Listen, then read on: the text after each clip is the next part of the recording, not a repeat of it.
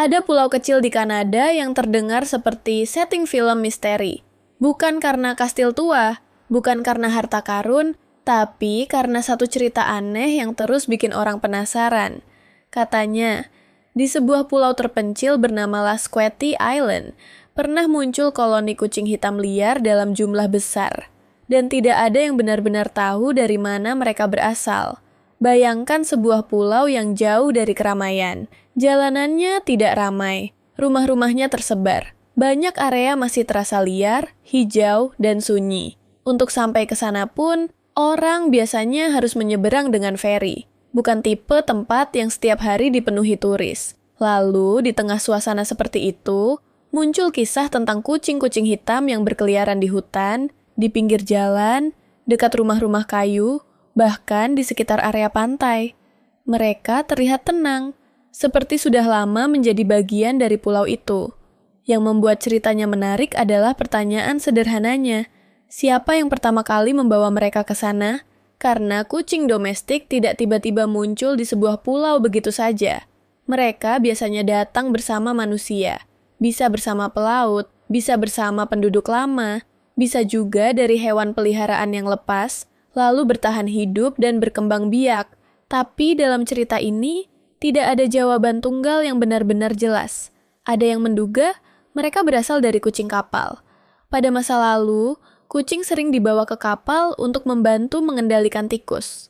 Kalau sebuah kapal singgah lama, rusak, atau meninggalkan hewan di pulau, seekor dua ekor kucing saja bisa menjadi awal populasi baru. Ada juga yang percaya mereka dulunya hewan peliharaan. Mungkin ada keluarga yang pindah, lalu tidak membawa kucingnya. Atau ada beberapa kucing yang lepas, lalu menemukan tempat yang cukup aman untuk bertahan. Dan ada teori yang lebih sederhana. Jumlahnya mungkin tidak pernah sebanyak rumor yang beredar. Tapi, karena banyak yang berwarna hitam, kemunculannya jadi terasa mencolok dan mudah diingat. Apalagi kucing hitam punya tempat khusus dalam imajinasi manusia.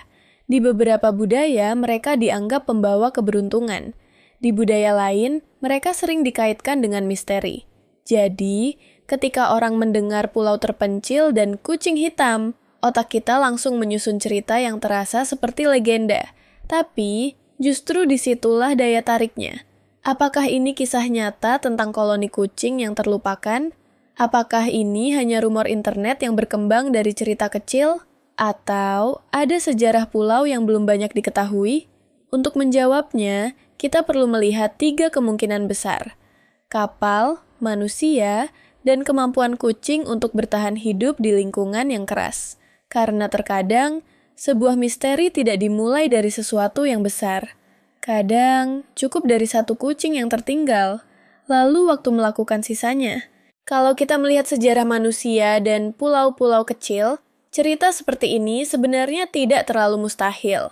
Di banyak tempat, hewan yang awalnya dibawa manusia bisa berubah menjadi populasi liar. Domba, kambing, kelinci, bahkan kucing pernah mengalami hal yang sama di berbagai pulau di dunia. Begitu mereka menemukan makanan, tempat berlindung, dan minim gangguan, populasinya bisa bertahan selama bertahun-tahun. Untuk Lasqueti sendiri, pulau ini memang dikenal memiliki karakter yang tidak biasa. Banyak orang menggambarkannya sebagai tempat yang lebih tenang, lebih mandiri, dan lebih dekat dengan alam dibanding kota besar. Di pulau seperti ini, batas antara hewan peliharaan dan hewan liar bisa menjadi lebih kabur. Teori pertama adalah teori kucing kapal. Pada masa lalu, kapal sering membawa kucing untuk menjaga persediaan makanan dari tikus. Kucing bukan hanya hewan peliharaan, tapi bagian dari kehidupan maritim. Mereka ikut berlayar, tinggal di kapal, dan kadang turun saat kapal singgah. Kalau beberapa kucing tertinggal di sebuah pulau, mereka bisa mulai beradaptasi. Awalnya mungkin hanya 2 atau 3, tapi dalam beberapa tahun, jumlahnya bisa bertambah, terutama jika tidak ada program sterilisasi atau kontrol populasi yang konsisten. Teori kedua adalah hewan peliharaan yang lepas. Ini jauh lebih sederhana dan mungkin lebih realistis. Sebuah pulau kecil tetap punya penduduk. Penduduk punya rumah, kebun, gudang, dan tentu saja hewan peliharaan. Seekor kucing bisa hilang. 2 ekor bisa tidak kembali. Beberapa bisa lahir di luar rumah dan tidak pernah benar-benar terbiasa hidup dengan manusia. Lama-lama, generasi berikutnya menjadi lebih mandiri. Mereka tetap terlihat seperti kucing rumahan, tapi perilakunya lebih liar. Mereka tahu cara bersembunyi, mencari makan, dan menghindari manusia. Teori ketiga adalah efek cerita lokal. Kadang, sebuah cerita tumbuh bukan karena jumlahnya benar-benar sangat besar, tapi karena visualnya kuat. Kucing hitam di jalanan pulau yang berkabut adalah gambar yang sulit dilupakan.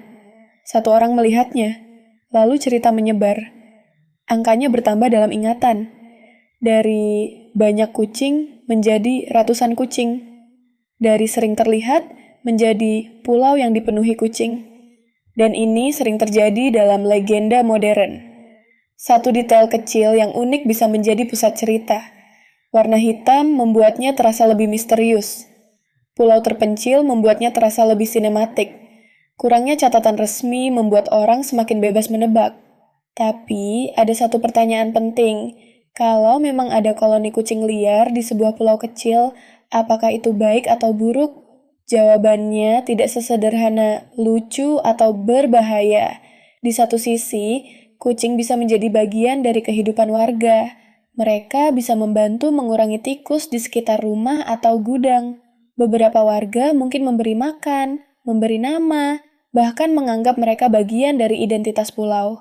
Tapi di sisi lain, kucing liar juga bisa berdampak pada ekosistem, terutama di pulau kecil, karena burung, reptil kecil, dan satwa lokal seringkali lebih rentan. Dalam ekosistem pulau, satu spesies yang berkembang terlalu cepat bisa mengubah keseimbangan. Itulah kenapa kisah seperti ini menarik bukan hanya karena misterinya, tapi juga karena pertanyaannya. Bagaimana manusia harus memperlakukan hewan yang dulu mungkin dibawa oleh manusia sendiri, tapi sekarang hidup bebas di alam? Apakah mereka harus diselamatkan, disterilkan, dibiarkan, atau dipelajari dulu sebelum diambil keputusan? Dan semakin kita masuk ke cerita ini, semakin jelas bahwa misteri sebenarnya bukan hanya soal asal-usul kucingnya. Misteri yang lebih besar adalah hubungan manusia dengan hewan yang kita bawa ke tempat-tempat baru, lalu kita tinggalkan di sana. Pada akhirnya, kisah kucing hitam di Lascati Island berada di ruang yang menarik antara fakta, kemungkinan, dan legenda. Kita tahu pulau-pulau kecil sering menyimpan cerita unik. Kita tahu hewan yang dibawa manusia bisa membentuk populasi liar. Kita tahu kucing mampu beradaptasi dengan lingkungan yang berbeda-beda. Dan kita juga tahu bahwa cerita tentang kucing hitam selalu punya daya tarik tersendiri. Tapi apakah benar ada lebih dari 200 kucing hitam liar di Lascati? Disinilah kita harus hati-hati. Tidak semua kisah viral memiliki catatan resmi yang jelas. Kadang sebuah cerita muncul dari postingan, percakapan warga, atau potongan informasi yang kemudian dibagikan berulang-ulang. Semakin sering diulang, semakin terasa seperti fakta. Padahal, mungkin sebagian detailnya belum pernah benar-benar diverifikasi. Dan justru karena itu, cerita ini menarik untuk dibahas. Bukan untuk langsung dipercaya mentah-mentah, tapi untuk dilihat sebagai contoh bagaimana sebuah misteri modern terbentuk. Ada unsur pulau terpencil. Ada hewan yang punya simbol kuat. Ada angka besar yang membuat orang terkejut. Ada pertanyaan asal-usul yang belum jelas. Dan ada celah kosong dalam informasi yang membuat imajinasi kita bekerja. Kalau suatu hari ada peneliti, warga lokal, atau organisasi hewan yang mendata populasi kucing di sana secara resmi, mungkin misteri ini bisa dijawab. Bisa jadi jumlahnya jauh lebih sedikit dari rumor. Bisa jadi memang ada koloni tertentu, tapi tidak semuanya kucing hitam. Atau bisa jadi cerita ini tercampur dengan kisah pulau lain yang juga punya populasi kucing liar. Apapun jawabannya, ada satu hal yang tetap menarik. Jejak hewan seringkali menjadi bagian dari sejarah manusia. Seekor kucing yang dulu mungkin hanya ikut kapal. Seekor hewan peliharaan yang tidak sengaja tertinggal. Satu keluarga kecil kucing yang menemukan tempat aman di antara semak dan rumah kayu. Bertahun-tahun kemudian, mereka bisa berubah menjadi cerita. Lalu cerita itu berubah menjadi legenda. Dan legenda itu membuat orang di tempat jauh bertanya-tanya apakah pulau itu dipenuhi kucing hitam. Mungkin jawabannya belum pasti. Tapi misterinya sudah cukup kuat untuk membuat kita menoleh. Karena di dunia yang penuh data, peta, dan teknologi, ternyata masih ada cerita kecil yang belum sepenuhnya bisa kita pastikan. Cerita tentang pulau sunyi, jalan tanah, feri kecil, rumah-rumah off-grid, dan sepasang mata kucing hitam yang muncul dari balik rerumputan. Jadi menurut kamu, teori mana yang paling masuk akal? Apakah mereka keturunan kucing kapal, hewan peliharaan yang lepas, koloni kecil yang dibesar-besarkan oleh rumor, atau ada cerita lain yang belum pernah kita dengar? Tulis teorimu di komentar. Dan kalau kamu suka cerita-cerita aneh, unik, dan penuh fakta menarik dari berbagai sudut dunia, jangan lupa subscribe ke Inner Dataset. Karena kadang, misteri terbesar tidak selalu meninggalkan jejak kaki besar. Kadang hanya jejak kaki kecil di tanah basah, milik seekor kucing hitam yang berjalan diam-diam di sebuah pulau terpencil.